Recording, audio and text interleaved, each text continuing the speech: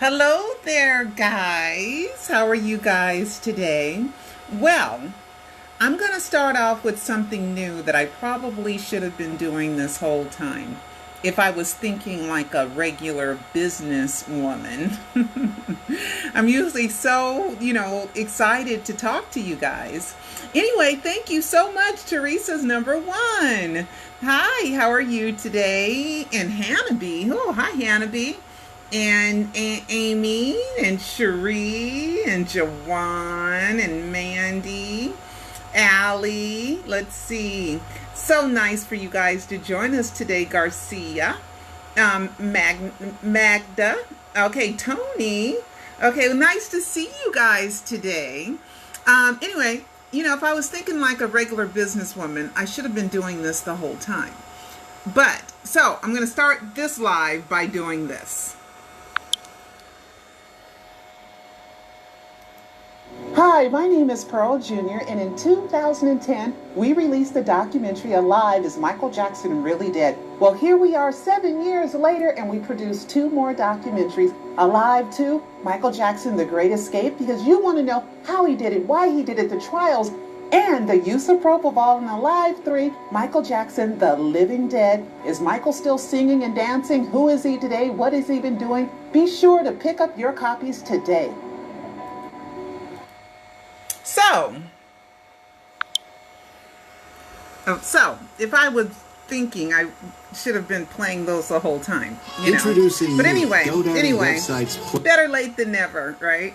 Also, if you are on YouTube, please subscribe. Please subscribe, share, like, thumbs up. Okay, these videos. All right. So I know I promised you guys some information I have never revealed before, and I will get to that, I promise. But first, hi Ezra. Brazita. I remember Brazita's name because it's a unique name. And Tracy, how are you guys doing today? Well, we're going to get to some interesting stuff, okay? Michael Jackson. Though the mute Michael Jackson tried to knock Michael Jackson off his pedestal, high-powered, high-ranking media slur, believe liars in which they should have been more scrutinized because they had said something else in the past. But Michael is still, he's still doing it, and we're still there for you, Michael. We are still there for you, Michael. All right, I'm going to go through a couple things that I thought was interesting. All right, here's something. The 10 most famous people. Okay, it's by this website called Rated Show. 10 most famous people. I wonder if you guys could imagine who number 1 is. Number 1 is Muhammad, because the number 1 worldwide religion is Muslim. Okay, it's not Christianity, it's Muslim. So Muhammad is their leader. It's who they worship, is their God. Number 2 is Jesus Christ. He is the number 2 most famous person that ever existed. Okay? And number 3 is our boy Michael Jackson. Could you imagine? Religious leaders, somebody that was born over 2,000 years ago, okay, I don't know if you guys are religious or not, but do we have any real proof of Muhammad? Do we have any real proof of Jesus Christ? But we got real proof that there's a Michael Jackson, right? Isn't that amazing? Number 4, we have real proof that there's Albert Einstein. And number 5, Leonardo da Vinci. Number 6, Adolf Hitler. He did that mustache in, boy. Nobody can wear that mustache no more, right? That mustache is done. Okay, Thomas Edison, electricity. Thank you, Thomas, for all your wonderful inventions. Charles Darwin, he is survival of the fittest,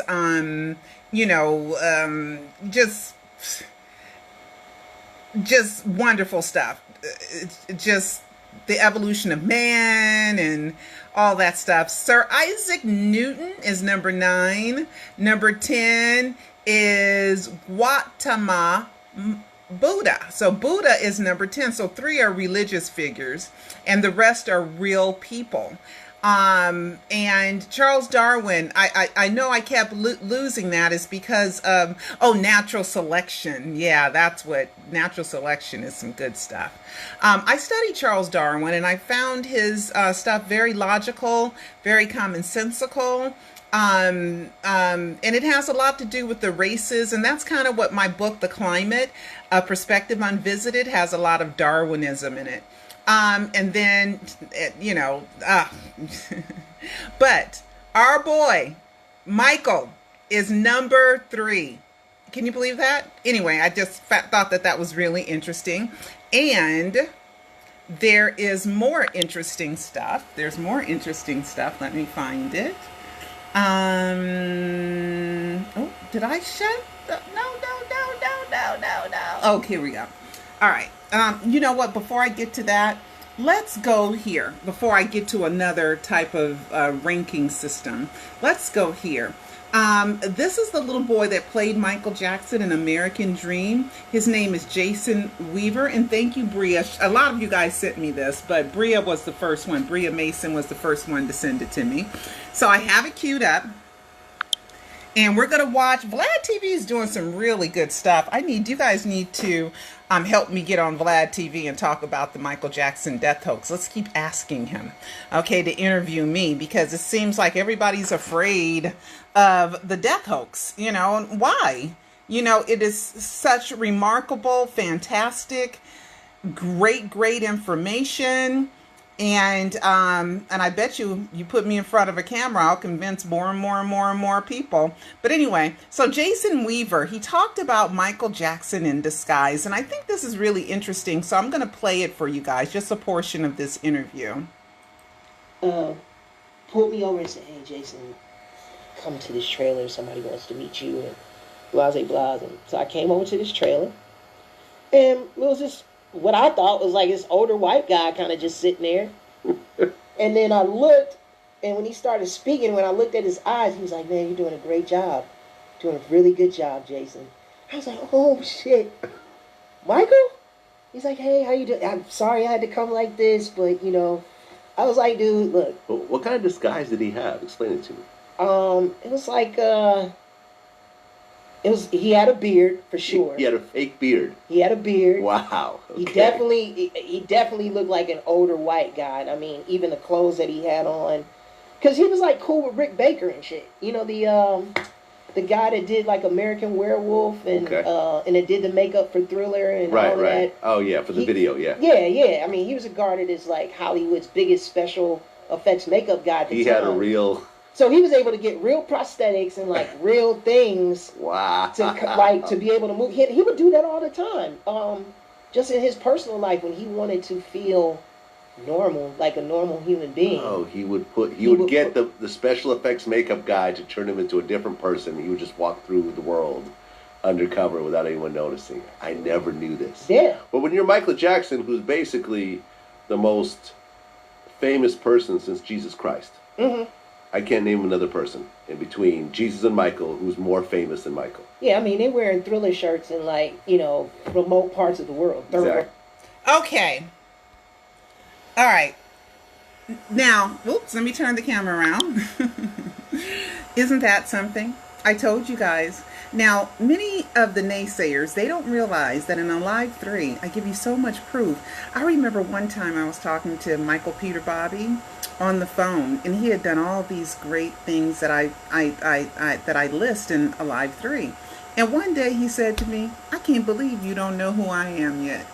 Because to him, he's going out of his way. The Rare Pearl, January 15th, Hot Chocolate, Paris Clues, Bobby Anderson, the 777, the December 4th, the Peter Pan. I mean, So for Gold from Ashes.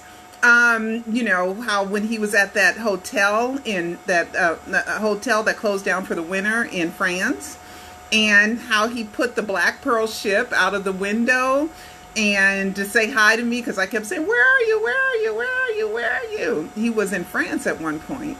and with the golf cart, and then Dr. Murray and the Bing Crosby song, and oh, it's just so much great stuff, and I can't even remember it all.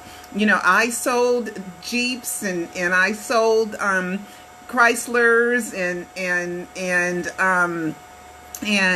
he started selling them too, you know, and it was announced by the CEO of Chrysler that him and Michael were merging. It was announced on my birthday. I mean, just so, and I didn't even go into that one. You know, the car that I drove, their campaign, which was a Chrysler 200 at the time, their campaign was called the Believe campaign, and it was just so much stuff. I mean, I didn't get into the Chrysler stuff, you know, but the Ada Pearl, and oh my, there's just so much. And I didn't even put it all in the Live 3. I didn't even put it all in there because it just seemed like it was just getting ready to be too much about me. You know, so I was like, and it was already 100 minutes, over 100 minutes. I was like, I cannot put all this stuff in here. Well, hopefully one day I'll be able to do it on Live 4. But that, and then how he came and saw me as Miss Jane Pittman, and then I talked to Rick Baker at the Scream event, and Rick Baker told me, no, I didn't ever make a mask of Miss Jane Pittman, but I did the makeup for the Miss Jane Pittman movie. So I was like, okay, that's all I need to know. Okay, that's it, because I know that Michael probably had him sign perpetual NDAs, non-disclosure agreements, not to ever tell, because after Rick Baker walked away like 3 or 4 steps, he turned around and said, oh, but I never did it for Michael for Miss Jane Pittman. I was like, yeah, you did, because why did you have to tell me that twice? Okay. So when people don't believe what I say, because what is out there for him to be Bobby Anderson is easy to do.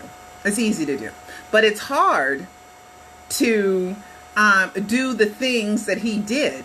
How do you tell the estate what to do? How do you tell the Jackson family members what to do? How do you get emails from the Jackson family? How do you predict an album exactly 2 years in advance? How do you come to meet me in Macy's and give me the hug in Macy's? And then tell me one day and I said, where's my hug? Where's my hug? One day he said, well, maybe you already got your hug. You just have to watch a Live 3.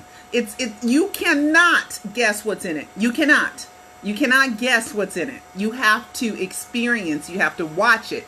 Okay. And also you can't guess a Live 2. You can't guess this stuff. You have to learn it. This is a 10-year investigation. Okay, guys, do you like my peach?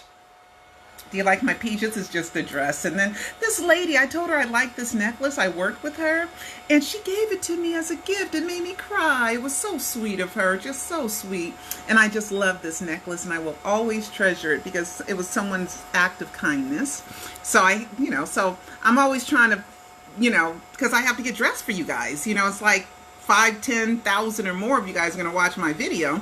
And so you got to be presentable. And then I got my matching glasses. Okay, so Michael went around, and then there's prosthetics, and then there's something you can put in your mouth to disguise your voice. Oh, and that's why sometimes he sounds like he has an impediment, because he puts this thing up in his mouth and it changes your pronunciation. But you can always hear there's an essence of Michael in his voice all the time. And then all the singing videos that he does, and oh my goodness. Okay, so you guys watch the Alive trilogy, especially Live 3 if you want to know. But anyway, all right. So, and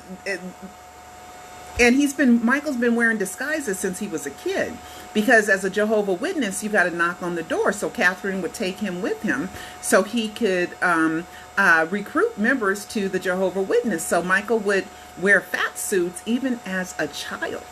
Okay, to disguise who he was. All right, so we know that Michael's the king of disguises.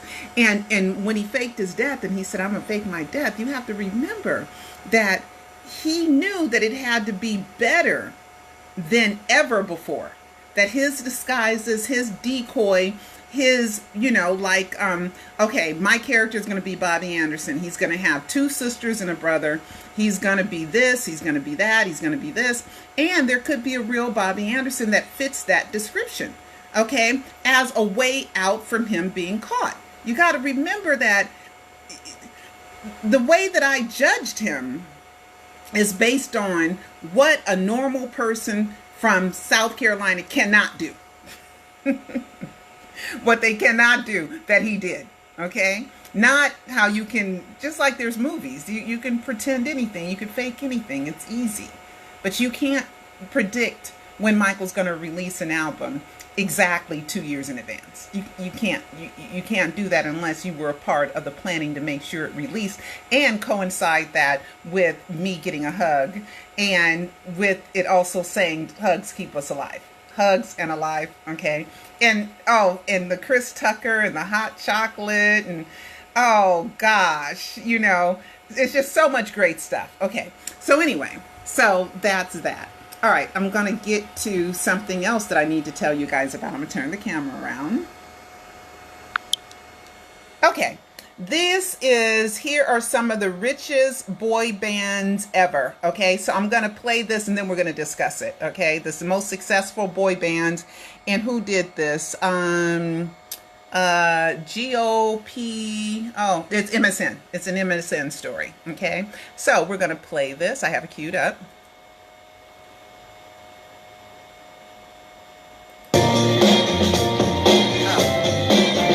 Okay, New Kids on the Block, remember that. One Direction, okay, is number 4. Take That, 515 million is number 3. Number 2, the Jackson 5, 507 million, all right. And number 1 is the Beatles, okay? So those are the most successful boy bands. And if you guys noticed that number 5 was New Kids on the Block. Okay, and I did a little something for you guys on my, and it's going to lead to me telling you guys something that I've never told you before. Cecil's father, you guys know that he's on the Michael Jackson Thriller album listed in the thank yous. Well, he is the one that signed New Kids on the Block and gave them their first record deal. So he noticed the talent, even though Cecil's dad was in charge of black music, but they were so good. Cecil's dad's like, I don't care what race you are, you're crossover. And of course, you know, just great. New Kids on the Block. And you can verify it because there's books that say it, okay, that he was he is the one that signed New Kids on the Block. And here he is in the Thriller thank you credits right there, Cecil Holmes, and he's also in Thriller 25. And let's see, now people were saying, okay, let me come on. Oh, don't tell me my camera is tripping now. It had flipped over so well for so long. Now it's tripping. All right. So, Cecil's dad. Okay, that was way back in the 80s, and Cecil's dad has done a lot of success. I didn't get with meet Cecil until 2004. Okay? It has nothing to do with me. Nothing at all to do with me. Okay? But Cecil didn't even tell me. I did not find out that Cecil's dad was in the Thriller album because Cecil was the one that I hired to help me edit my True Talk Straight Out of LA shows. And because I had the True Talk Straight Out of LA shows, it's how I got credentialed to cover Michael Jackson's 2005 trial. And with that, Cecil and I were partners. He went up there, he stayed outside and got all the footage. I went in the courtroom, and then on break, I would come and I would do commentary about what happened. I have, 12 episodes that I probably should release, but we need to change them out of one format into another format. And then there were commercials in there that Cecil would have to edit out, and we haven't had time to do it because Cecil works a regular job. Okay, so he's tired on his days off, and a lot of times on his days off he works as well. But Cecil's dad did all this stuff before I even met them, but I didn't know that Cecil's dad was on the credits of the Thriller album until after Michael was acquitted. I remember him telling me that, and I was like, whoa, how come you never told me? And so that was in 2005. So Cecil and I met in 2004. And I told him I needed an editor, and he said, well, I think I can help you edit. I don't know how, but I'll see if I can help you edit your True Talk shows. And he did. And then Dr. Olafari Hutchinson asked me to go down to the Jackson trial, in which I did. And when I went down to the Jackson trial, they were like, who are you with? And I said, well, I have a show. Well, how many people can see it? And I said, well, about 1 million people. He said, can we verify it? And I said, yeah. And my account executive's card just came out, and he called, and I, verified that I had a 30-minute show that went on the air, and 333,000 households times 3 people in each household. So that's about 1 million people that were able to watch my show. And I qualified as a media credential. It was a fluke. I had no idea. I didn't plan it. I did not structure. It's just that when the laws of synchronization just happened to kind of mesh at that point in my life, I had what it took to be there for Michael. It was a coincidence, or it was God sent, whatever you want to call it. So that's how I got involved. And then lots of other stuff happened. Then we did the documentary behind the scenes of the Michael Jackson trial, blah, blah, blah. But one thing that I have never told you guys, John Branca was Cecil's dad's attorney. Can you believe that? Cecil's dad had hired John Branca to be his attorney, and John Branca negotiated Cecil's dad's deal with CBS. Isn't that kind of like, what? Are you crazy? I had known all this. So how did I meet Cecil in 2004? Not knowing anything, because I was a Black activist. I was in the activism community, and I was promoting my books, The Climate of Perspective Unvisited, and Black Women Need Love Too. I was promoting my books. I met Cecil. He was a cameraman at one of the events, and we just ended up talking, and I was mentioning that I needed an editor, and he said, that he would help me edit my True Talk shows, and here we are 15 years later. Here we are 15 years later, and Cecil and I were business partners. We were just kind of, working together, and it was Cecil's idea to take the True Talk shows and turn them into a documentary. And behind the scenes of the Michael Jackson trial, which Joe and Michael helped me promote and get distributed, renamed it with Rock City Entertainment, renamed it The Trial and Triumph of the King of Pop, which was released 7 weeks before. And it was Michael trying to tell me that it was him by having a company called Rock City, and by Joe contacting me and, several times about wanting to buy it, and by the address of the Michael Jackson Company being the same address as Rock City. It was just craziness. And for Cecil's dad to be this connected to all this, it's kind of like just everything just happened. I didn't plan any of it, you guys. I had no idea. I'd loved Michael since I was a little girl, 6 years old, and fell in love with him when he was on the Ed Sullivan Show. I remember I was living in Michigan at the time. Oh, it's getting hot. I'm sweating. I was living in Michigan at the time. And I remember laying on the floor, watching the TV in the TV room, and watching the Ed Sullivan Show. And this group came on called the Jackson 5. And the lead singer was Michael Jackson. And my little 6-year-old little heart fell in love. I didn't know what that was. But I know I loved him, though. That he was my most favorite person in the whole wide world. Okay? At the time, outside of your mother and father, of course. And I was a huge fan, ever since. And then I lived 7 miles from Michael Jackson. I grew up 7 miles from him. I wanted to be thought of as a groupie. I said, even though I could go hang out at the something happened. I hang out at the house. I just knew you wanted something special is going to happen with you and Michael.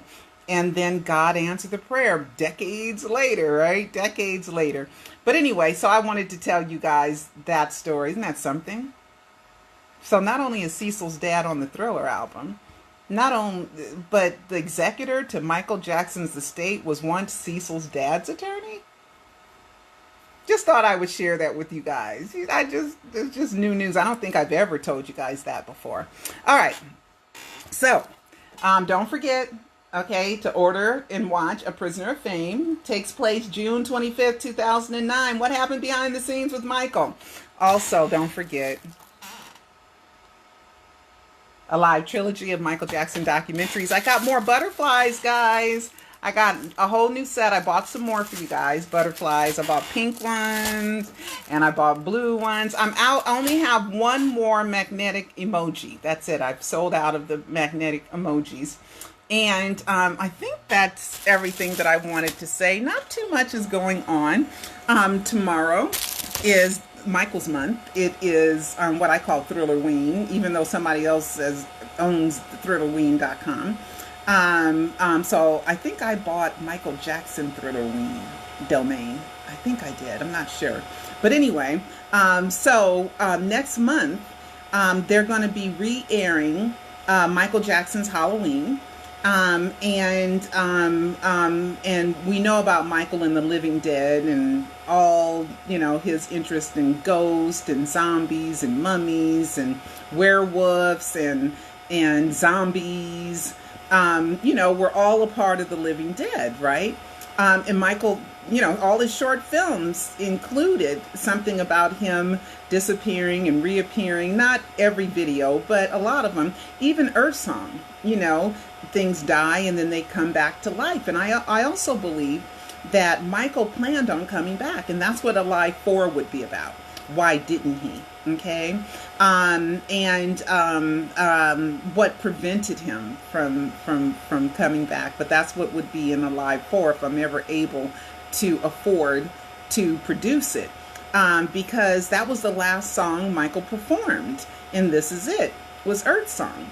And Earth Song is about, if you watch the Earth Song video, he says, what if I live again? What if I die again? And it's kind of like an audio illusion where you think, I'm not sure what are you hearing, but they mean the same thing. What if I die again? What if I live again? And it's all about things dying and then them reversing back to the living. And that's why Michael made that the last song. And even Joe Jackson said that was his favorite Michael song, was Earth Song. But now, 10 years has passed and he doesn't have an ID. He doesn't have a passport. So he's kind of stuck somewhere, and I don't know where he is. I have no idea where he is. I know Roman Polanski is in France, so maybe France has no extradition treaty, even though I haven't found any laws that Michael has broken by faking his death, because you're allowed to do that. And I go through that, how it's not illegal to fake your death in the Alive trilogy. So if you guys haven't watched, please do. And please subscribe, and please like, and please share. And I think that's it for now. And next time you see me, I might have a whole new look. Maybe. Okay. So anyway, guys, thank you for being here. I love you. I love you more. I love you more. And I will talk to you guys later.